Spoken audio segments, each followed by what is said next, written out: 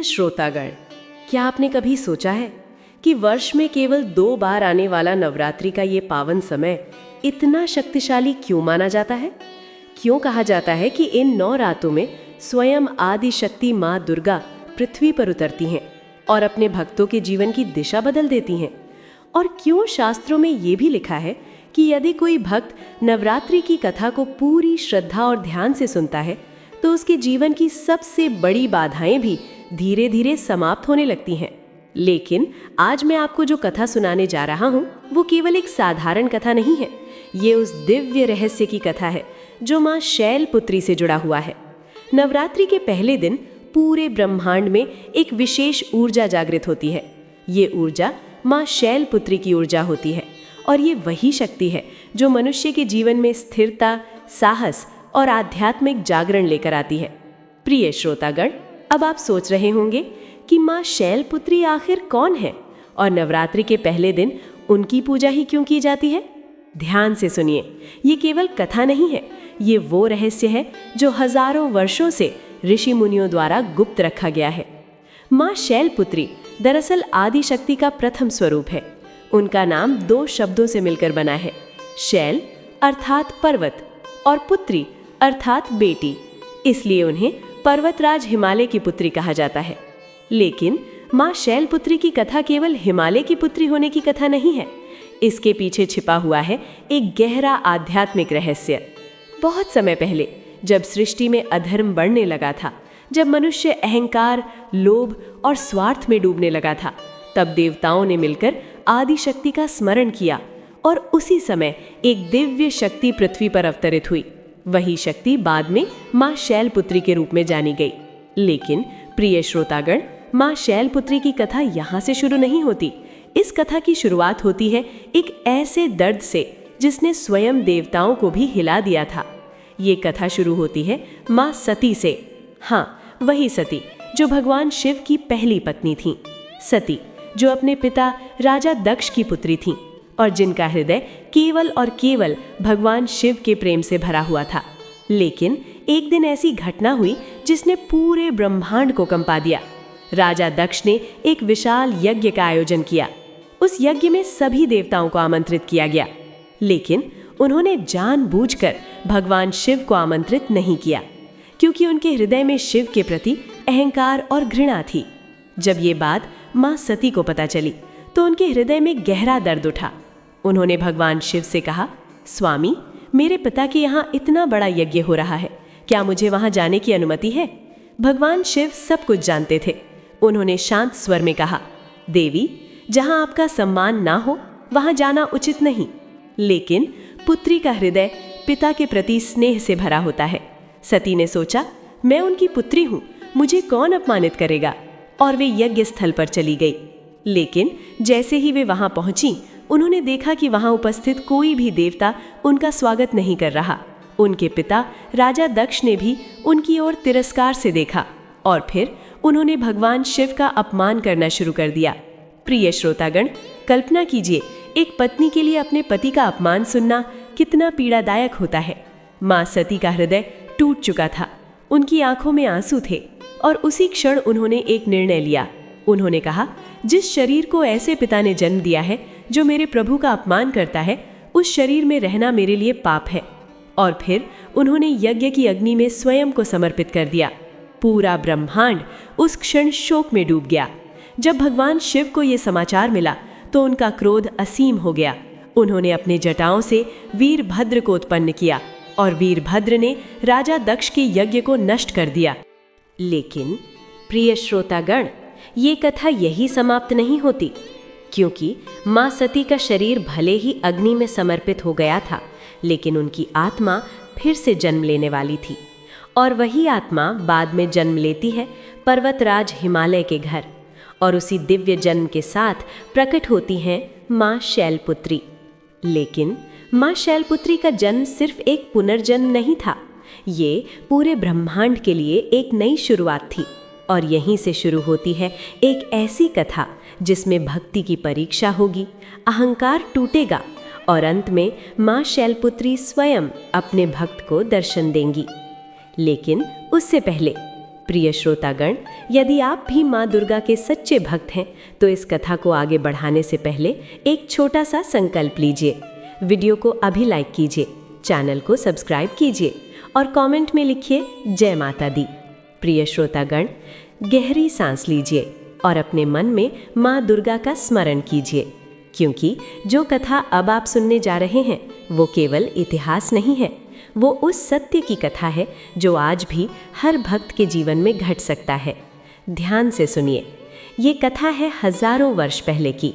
हिमालय की गोद में बसा एक छोटा सा राज्य था। उस राज्य का नाम था शैलपुर। चारों ओर ऊंचे ऊंचे पर्वत, स्वच्छ नदियाँ और घने जंगल। वहाँ के लोग सरल थे और धर्मपरायण थे। लेकिन उस राज्य में एक व्यक्ति ऐसा भी था जिसका जीवन दुखों से भरा हुआ था। उसका नाम था धर्मदास। धर्मदास एक साधारण लकड़हारा था। हर दिन वो सुबह सूरज निकलने से पहले जंगल में जाता, लकड़ियाँ काटता और उन्हें बेचकर अपने परिवार का पेट भरता। लेकिन उसका जीवन सुख से कोसों दूर था। कभी वर्षा इतनी होती कि लकड़ी सूखती ही नहीं, कभी बीमारी उसके बच्चों को घेर लेती, कभी व्यापार में घाटा हो जाता, कभी ऐसा होता कि कई दिनों तक उसके घर में चूल्हा नहीं जलता। लेकिन इन सब के बावजूद धर्मदास के हृदय में एक चीज कभी नहीं बदली, और वो थी माँ दुर्गा के प्रति उसकी भक्ति। हर सुबह जंगल जाने से पहले वो अपनी छोटी से घर के कोने में मिट्टी से बनी माँ दुर्गा की मूर्ति के सामने बैठता, दीपक जलाता और फोल्डेड हाथों से कहता, माँ, मेरे पास आपको देने के लिए न सोना है न चांदी, न मेरे पास भव्य मंदिर है, लेकिन मेरे पास एक सच्चा हृदय है और वो हृदय पूरी तरह आपका है। प्रिय श्रोतागण, अब आप सोच रहे होंगे कि क्या केवल इतनी सी भक्ति से देवी प्रसन्न हो जाती हैं? उत्तर है हाँ, लेकिन सच्ची भक्ति की एक परीक्षा भी होती है, और वही परीक्षा धर्मदास के जीवन में आने वाली थी। एक दिन चैत्र नवरात्रि का पहला दिन था। पूरे राज्य में माता के जयकारे गूंज रहे थे, मंदिरों में घंटियां बज रही थी, भक्त माँ शैलपुत्री की पूजा कर रहे थे। लेकिन उसी दिन धर्मदास के जीवन में एक बड़ा संकट आ गया। उसका छोटा बेटा अचानक गंभीर रूप से बीमार पड़ गया। बुखार इतना तेज था कि उसका शरीर जल रहा था। धर्मदास की पत्नी रो रही थी। वो बार बार कह रही थी, कुछ कीजिए, हमारे बेटे को बचा लीजिए। लेकिन धर्मदास के पास न पैसा था न कोई वैद्य। वो असहाय होकर अपने घर के कोने में बैठ गया और माँ दुर्गा की मूर्ति के सामने आंखें बंद करके बोला, माँ, आज नवरात्रि का पहला दिन है। आज तो आप शैलपुत्री के रूप में धरती पर आती हैं। अगर मेरी भक्ति सच्ची है तो कृपा करके मेरे बच्चे को बचा लीजिए। ये कहकर वो रोने लगा। प्रिय श्रोतागण, कभी कभी मनुष्य की प्रार्थना इतनी सच्ची होती है कि वो सीधे देवताओं तक पहुंच जाती है, और उस दिन धर्मदास की पुकार भी सीधे माँ शैलपुत्री तक पहुंची। लेकिन देवी तुरंत चमत्कार नहीं करती, वो पहले भक्त की परीक्षा लेती हैं। उसी शाम जब सूर्य अस्त हो रहा था, धर्मदास के घर के दरवाजे पर एक वृद्ध स्त्री आई। उसके कपड़े फटे हुए थे, चेहरा धूल से भरा हुआ था और उसकी आवाज़ कमज़ोर थी। उसने दरवाजे पर खड़े होकर कहा, बेटा, मैं कई दिनों से भूखी हूँ, क्या मुझे थोड़ा सा भोजन मिल सकता है? प्रिय श्रोतागण, ये वही क्षण था जो धर्मदास की परीक्षा लेने वाला था, क्योंकि उसके घर में उस दिन केवल एक ही रोटी बची थी, और वो रोटी उसके बीमार बेटे के लिए थी। धर्मदास की पत्नी ने कहा, हमारे बच्चे ने कई दिनों से ठीक से कुछ नहीं खाया, ये रोटी उसी के लिए है। लेकिन धर्मदास चुप खड़ा रहा। उसके मन में एक संघर्ष चल रहा था। एक ओर उसका बेटा था, दूसरी ओर वो भूखी वृद्ध स्त्री। कुछ क्षणों तक वो मौन रहा। फिर उसने धीरे से वो रोटी उठाई और उस वृद्ध स्त्री के हाथ में रख दी। उसकी पत्नी आश्चर्य से उसे देखने लगी। धर्मदास ने शांत स्वर में कहा, अगर माँ चाहेंगी तो मेरे बेटे को बिना रोटी के भी बचा लेंगी, लेकिन अगर ये स्त्री भूख से मर गई तो मैं जीवन भर अपने आप को क्षमा नहीं कर पाऊंगा। प्रिय श्रोतागण, यही वो क्षण था जब ब्रह्मांड ने धर्मदास की परीक्षा को स्वीकार किया। वृद्ध स्त्री ने रोटी ली और उसकी आंखों में एक अजीब सी चमक आ गई। उसने मुस्कुरा कर कहा, बेटा, क्या तुम्हें पता है तुमने अभी क्या किया है? धर्मदास ने सर झुका लिया। मैंने केवल अपना कर्तव्य किया है। वृद्ध स्त्री ने धीरे से कहा, नहीं, तुमने केवल कर्तव्य नहीं किया, तुमने भक्ति की सच्ची परीक्षा पास की है। और तभी कुछ ऐसा हुआ जिसे देखकर धर्मदास और उसकी पत्नी स्तब्ध रह गए। वृद्ध स्त्री का रूप धीरे धीरे बदलने लगा। उसके फटे हुए वस्त्र प्रकाश में बदलने लगे। उसका चेहरा दिव्य आभा से चमकने लगा और कुछ ही क्षणों में वहां खड़ी थी स्वयं माँ शैलपुत्री।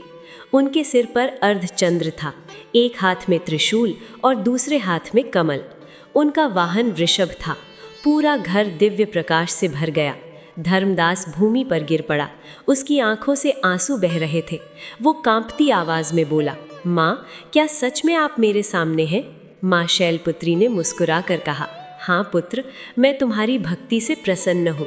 लेकिन प्रिय श्रोतागण, माँ शैलपुत्री का संदेश अभी पूरा नहीं हुआ था। उन्होंने धर्मदास से एक ऐसा सत्य कहा जो आज के कलयुग में रहने वाले हर मनुष्य के लिए बहुत महत्वपूर्ण है, और वही दिव्य संदेश हम सुनेंगे। जब धर्मदास ने देखा कि उसके सामने खड़ी वृद्ध स्त्री अब दिव्य प्रकाश से चमक रही है और वो कोई साधारण स्त्री नहीं बल्कि स्वयं माँ शैलपुत्री हैं, तो उसका शरीर भक्ति और विस्मय से कांपने लगा। वो तुरंत भूमि पर गिर पड़ा। उसकी आंखों से आंसू बहने लगे। कंपित स्वर में उसने कहा, माँ, मैं तो एक साधारण मनुष्य हूँ। मेरे पास न धन है, न ज्ञान है, न कोई विशेष तपस्या। फिर भी आपने मुझे दर्शन दिए। ये मेरे जीवन का सबसे बड़ा सौभाग्य है। माँ शैलपुत्री मंद मुस्कान के साथ उसे देख रही थीं। उनकी आंखों में ममता थी। उन्होंने धीरे से कहा, पुत्र धर्मदास, तुम स्वयं को साधारण समझते हो, लेकिन देवताओं की दृष्टि में तुम असाधारण हो। धर्मदास ने आश्चर्य से पूछा, माँ, मैं असाधारण कैसे? माँ शैलपुत्री ने कहा, क्योंकि जब तुम्हारे जीवन में दुख आया तब भी तुमने अपनी भक्ति नहीं छोड़ी। जब तुम्हारे घर में भोजन नहीं था तब भी तुमने मेरा दीपक बुझने नहीं दिया। और आज जब तुम्हारे सामने सबसे कठिन निर्णय आया तब भी तुमने अपने स्वार्थ को नहीं चुना, तुमने करुणा को चुना। प्रिय श्रोतागण, यही वो क्षण था जब माँ शैलपुत्री एक महान सत्य बताने वाली थी। उन्होंने कहा, धर्मदास सुनो, कलयुग में अधिकतर लोग भक्ति तो करते हैं, लेकिन उनके मन में स्वार्थ छिपा होता है। वे मंदिर जाते हैं, लेकिन मन में अहंकार होता है। वे पूजा करते हैं, लेकिन हृदय में दया नहीं होती, और इसलिए उनकी भक्ति देवताओं तक नहीं पहुंचती। माँ की आवाज़ अब और भी गंभीर हो गई। उन्होंने कहा, लेकिन सच्ची भक्ति वो होती है जहाँ मनुष्य अपने दुख से पहले दूसरे के दुख को देखे, जहाँ पूजा से पहले करुणा हो, जहाँ मंत्र से पहले मानवता हो। प्रिय श्रोतागण, ये केवल धर्मदास के लिए संदेश नहीं था, ये संदेश आज भी हर मनुष्य के लिए है। माँ शैलपुत्री ने आगे कहा, पुत्र, तुमने आज एक भूखी स्त्री को भोजन दिया। तुम नहीं जानते थे कि वो कौन है, फिर भी तुमने करुणा दिखाई, और यही वास्तविक भक्ति है। इतना कहकर माँ ने अपना हाथ उठाया। उनकी हथेली से एक दिव्य प्रकाश निकला। वो प्रकाश धीरे धीरे धर्मदास के बीमार बेटे की ओर गया। कुछ ही क्षणों में उस बच्चे का शरीर, जो अभी तक बुखार से तप रहा था, अचानक शांत हो गया। उसकी सांस सामान्य हो गई और फिर उसने धीरे से अपनी आंखें खोल दी। धर्मदास और उसकी पत्नी स्तब्ध रह गए। उनकी आंखों से खुशी के आंसू बहने लगे। धर्मदास ने कांपती आवाज में कहा, माँ, आपने मेरे बेटे को बचा लिया। माँ मुस्कुराई और उन्होंने कहा, मैंने कुछ नहीं किया, ये तुम्हारी निस्वार्थ भक्ति का फल है। प्रिय श्रोतागण, लेकिन कहानी यहाँ समाप्त नहीं होती, क्योंकि माँ शैलपुत्री धर्मदास को केवल एक वरदान देने नहीं आई थी, वे उसे एक महान कार्य देने आई थी। उन्होंने कहा, पुत्र धर्मदास, अब समय आ गया है कि तुम केवल अपने लिए नहीं बल्कि पूरे राज्य के लिए एक दीपक बनो। धर्मदास ने आश्चर्य से पूछा, माँ, मैं एक साधारण मनुष्य हूँ, मैं पूरे राज्य के लिए क्या कर सकता हूँ? माँ ने कहा, कल सुबह जब सूर्योदय होगा तुम शैलपुर के राजमहल में जाना और राजा को मेरा संदेश देना। धर्मदास ने सिर झुका दिया। जैसा आप आदेश दे माँ। माँ शैलपुत्री ने धीरे से कहा, राजा को कहना कि उसके राज्य पर एक बड़ा संकट आने वाला है और केवल निस्वार्थ भक्ति और करुणा ही उस संकट को रोक सकती है। प्रिय श्रोतागण, इतना कहकर मां शैलपुत्री का दिव्य प्रकाश धीरे धीरे आकाश में विलीन होने लगा। कुछ ही क्षणों में वहां फिर से साधारण अंधेरा था, लेकिन धर्मदास का जीवन अब कभी पहले जैसा नहीं रहने वाला था। उस रात वो सो नहीं पाया। उसके मन में एक ही विचार था, माँ ने मुझे राजा के पास क्यों भेजा है। और अगले दिन जब सूरज की पहली किरण हिमालय की चोटियों पर पड़ी, तब धर्मदास राजमहल की ओर चल पड़ा। लेकिन उसे ये नहीं पता था कि आगे क्या होने वाला है। राजमहल में एक ऐसा रहस्य छिपा था जो पूरे राज्य की किस्मत बदल सकता था, और उस रहस्य का संबंध सीधे मां शैलपुत्री की शक्ति से था। रात बीत चुकी थी। पूर्व दिशा में सूर्य की हल्की लालिमा हिमालय की चोटियों को छू रही थी। ठंडी हवा चल रही थी, और उसी सुबह धर्मदास अपने छोटे से घर से निकलकर राजमहल की ओर चल पड़ा। उसके मन में डर भी था, संकोच भी था, और एक प्रश्न भी, क्या सच में राजा मेरी बात सुनेंगे? क्योंकि वो कोई विद्वान नहीं था, न कोई पुरोहित, न कोई दरबारी।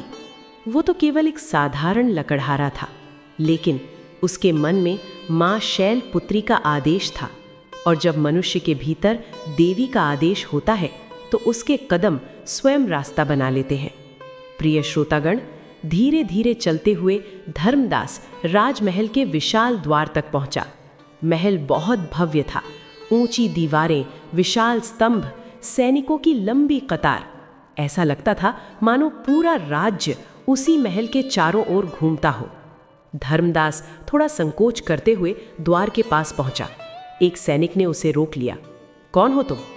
धर्मदास ने नम्रता से कहा, मेरा नाम धर्मदास है। मुझे राजा से अत्यंत महत्वपूर्ण संदेश कहना है। सैनिक हंस पड़ा।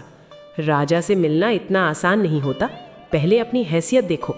धर्मदास कुछ क्षण मौन रहा, फिर उसने शांत स्वर में कहा, ये संदेश मेरा नहीं है, ये संदेश मां शैलपुत्री का है। ये सुनते ही सैनिक थोड़ा चौंक गया। नवरात्रि का समय था, और देवी का नाम सुनते ही लोग थोड़े गंभीर हो जाते थे। सैनिक ने कहा, ठहरो, मैं अंदर जाकर दरबार को सूचना देता हूँ। कुछ समय बाद महल के भीतर से एक दरबारी आया। उसने धर्मदास को अंदर ले जाने का संकेत दिया। प्रिय श्रोतागण, कुछ ही क्षणों में धर्मदास राज दरबार में पहुंच गया। दरबार बहुत भव्य था। चारों ओर सुनहरी सजावट। राजा का सिंहासन ऊंचा और विशाल था, और उस सिंहासन पर बैठे थे राजा वीरेंद्र। राजा वीरेंद्र शक्तिशाली थे, धनवान थे, लेकिन उनके भीतर एक बड़ा दोष था, और वो दोष था अहंकार। राजा ने धर्मदास को देखा और कठोर स्वर में पूछा, तुम कौन हो, और तुमने राज दरबार में आने का साहस कैसे किया? धर्मदास ने सिर झुका लिया। महाराज, मैं एक साधारण मनुष्य हूँ, लेकिन मैं यहाँ माँ शैलपुत्री का संदेश लेकर आया हूँ। दरबार में फुसफुसाहट होने लगी। कुछ लोग हंसने लगे। राजा ने थोड़ी व्यंग्य भरी मुस्कान के साथ कहा, अच्छा, तो अब देवी भी साधारण लकड़हारों के माध्यम से संदेश भेजने लगी हैं। पूरा दरबार हंसी से भर गया, लेकिन धर्मदास शांत खड़ा रहा। उसने धीरे से कहा, महाराज, मैं जानता हूँ मैं बहुत छोटा हूँ, लेकिन जो मैंने देखा वो सत्य है। कल रात स्वयं माँ शैलपुत्री मेरे घर आई थीं। दरबार अचानक शांत हो गया। राजा की आंखें गंभीर हो गईं। उन्होंने कहा, अगर तुम सच कह रहे हो तो देवी ने क्या संदेश दिया है? धर्मदास ने गहरी सांस ली और कहा, महाराज, माँ ने कहा है कि इस राज्य पर एक बड़ा संकट आने वाला है। राजा थोड़ा चौंके। कैसा संकट?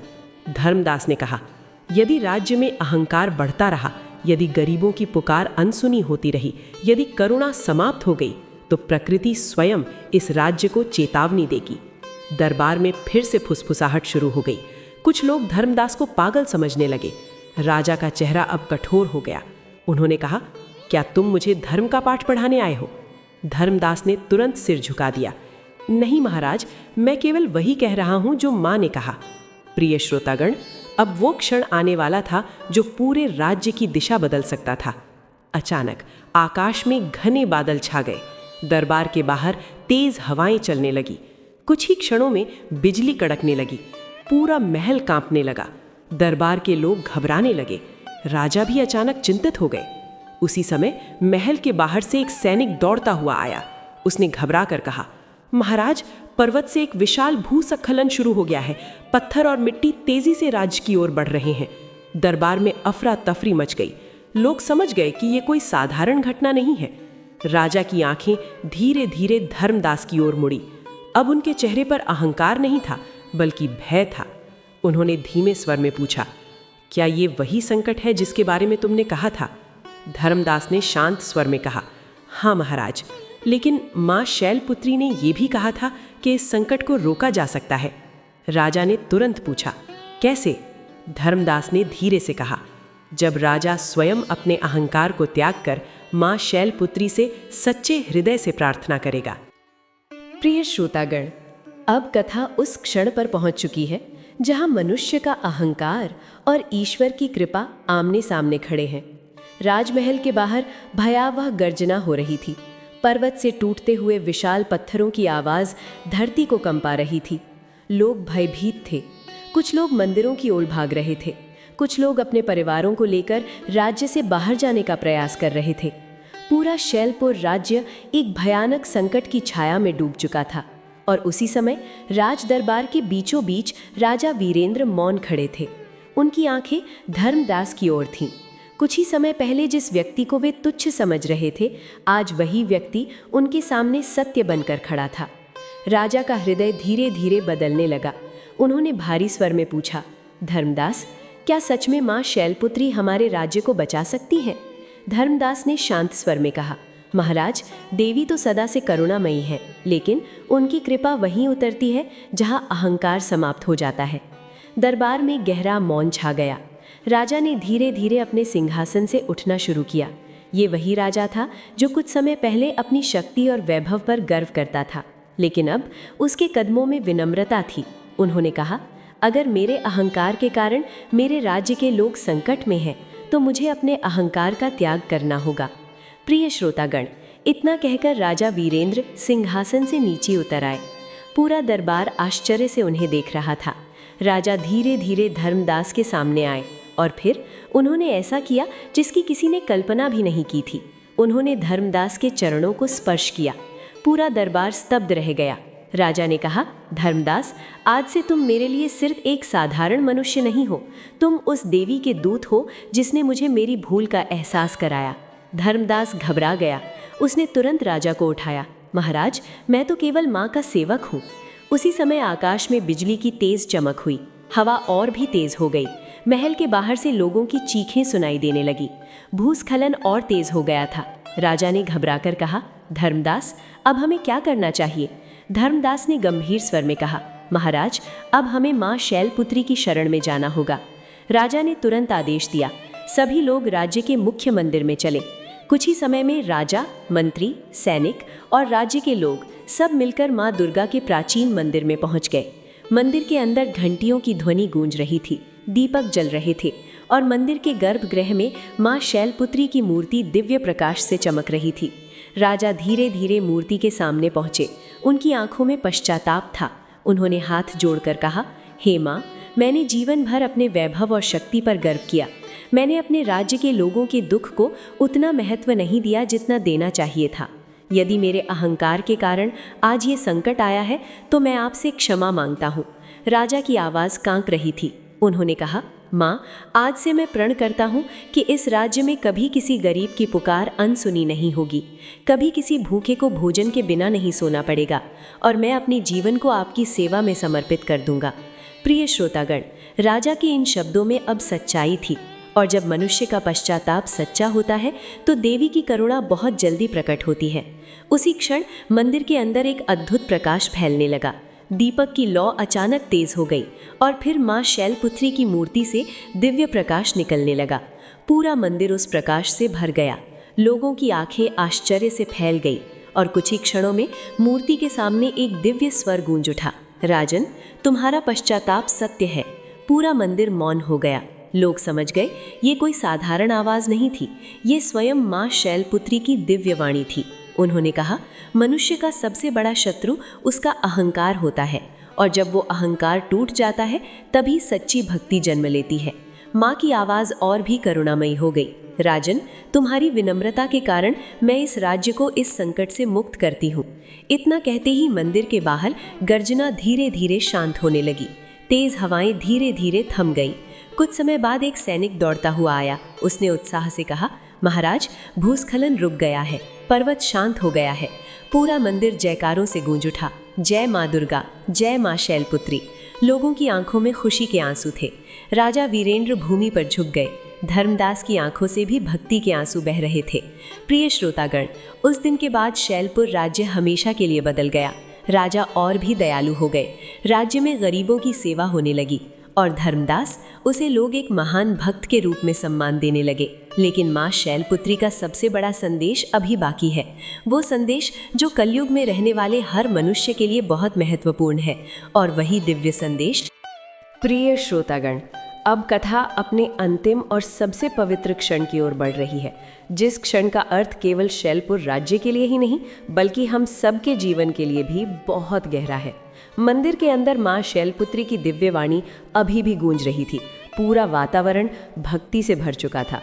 राजा वीरेंद्र भूमि पर झुके हुए थे। धर्मदास आंखें बंद करके माँ के चरणों में ध्यान लगाए हुए था और राज्य के लोग हाथ जोड़कर खड़े थे। तभी माँ शैलपुत्री की दिव्य वाणी फिर से सुनाई दी। प्रिय भक्तों, आज जो हुआ वो केवल एक चमत्कार नहीं था, ये एक शिक्षा थी। प्रिय श्रोतागण, मंदिर में उपस्थित हर व्यक्ति ध्यान से सुन रहा था। माँ ने कहा, मनुष्य अक्सर सोचता है कि पूजा का अर्थ केवल मंत्र बोलना है, लेकिन सच्ची पूजा मंत्रों से नहीं, हृदय से होती है। माँ की आवाज़ बहुत शांत और करुणामयी थी। उन्होंने आगे कहा, जो मनुष्य मंदिर में दीपक जलाता है लेकिन किसी भूखे को भोजन नहीं देता, उसकी पूजा अधूरी है। जो मनुष्य घंटियां बजाता है लेकिन किसी दुखी व्यक्ति के आंसू नहीं पोंछता, उसकी भक्ति अपूर्ण है। प्रिय श्रोतागण, ये शब्द सिर्फ शैलपुर के लोगों के लिए नहीं थे, ये संदेश हम सब के लिए है। माँ शैलपुत्री ने कहा, कलयुग में मेरी कृपा पाने का सबसे सरल मार्ग है करुणा, सेवा और विनम्रता। मंदिर में गहरा मौन छा गया। राजा वीरेंद्र ने धीरे से कहा, माँ, क्या सच में इतना ही पर्याप्त है? माँ की वाणी आई, हाँ राजन, जब मनुष्य का हृदय स्वार्थ से मुक्त हो जाता है तब उसका हर कर्म पूजा बन जाता है। प्रिय श्रोतागण, तभी माँ शैलपुत्री ने धर्मदास की ओर देखा। उनकी वाणी में ममता थी। पुत्र धर्मदास, तुमने जो किया वो सच्ची भक्ति का उदाहरण है। धर्मदास कांपती आवाज में बोला, माँ, मैंने तो केवल एक भूखी स्त्री को भोजन दिया था। माँ मुस्कुराई, लेकिन तुमने ये नहीं सोचा कि वो कौन है। तुमने केवल करुणा को चुना और यही सच्ची भक्ति है। प्रिय श्रोतागण, इतना कहकर माँ शैलपुत्री ने धर्मदास को एक वरदान दिया। आज से तुम्हारे घर में कभी अभाव नहीं होगा, लेकिन उससे भी बड़ा वरदान ये है, तुम्हारा नाम सदा भक्ति के प्रतीक के रूप में याद किया जाएगा। धर्मदास की आंखों से आंसू बहने लगे। वो भूमि पर गिर पड़ा। माँ, मुझे कोई वरदान नहीं चाहिए, बस इतना आशीर्वाद दीजिए कि मेरा मन हमेशा आपके चरणों में लगा रहे। माँ शैलपुत्री की वाणी और भी मधुर हो गई। तथास्तु।